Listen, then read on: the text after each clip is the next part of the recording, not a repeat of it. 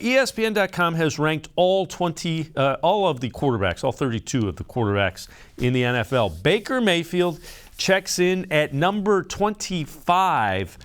He was 11th in 2020, 24th in 2019, 12th in 2018. Kind of an up, down, up, down, up, down. And the comment, unlike, say, Kirk Cousins or Ryan Tannehill, hard to say which Mayfield will show up in a given week or given season.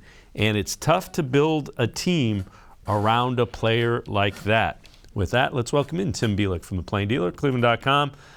Tim, fair ranking the way he played last year and a fair comment. He's been up and down, and that is not a way you really can't build around a guy like that. No, and I mean, consistency is so important, from an NFL quarterback. You got to know what you're getting from him on a consistent basis, week in and week out. And by and large, that's been what's missing from Baker Mayfield's career. Some games he'll look tremendous. I mean, you talk about the games he's had against the Cincinnati Bengals. He looks tremendous in those games. And then he had performances like he had against the Minnesota Vikings last season, or the Arizona Cardinals, or the second game in Pittsburgh of last season. Games like that, combined with the good games. I mean, every quarterback's going to have bad games and good games, but the great ones have much more of the good games, and they don't usually follow bad performances up with another bad performance. So that, I think, has to be something Baker Mayfield works on in his career. I think we do have, obviously, the shoulder, I think, has played into it some. It kind of limited him.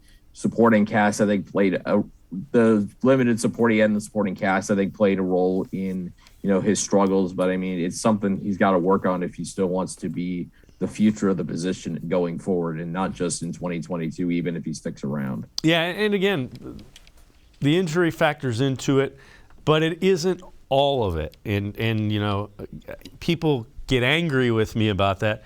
It wasn't only the shoulder. The shoulder was a part of it, without question. But it's got to be better. No question about it. I mean, no one's saying that Baker Mayfield is good enough in 2021. I think we could all see that, just in the way he's performing. Even without looking at the numbers, you could just watch him and tell that he just wasn't himself. And, that's something he's got to really work on the offseason is, staying sound mechanically, continuing to improve mental processing, because that's where I think he still needs to make a big leap is how does he read defenses? How does he handle certain situations? And most importantly, how does he approach those game-winning drives with about 2 minutes to go when the ball's got to be in his hands and he's got to make plays? It doesn't matter what's going on around him. He's got to make plays.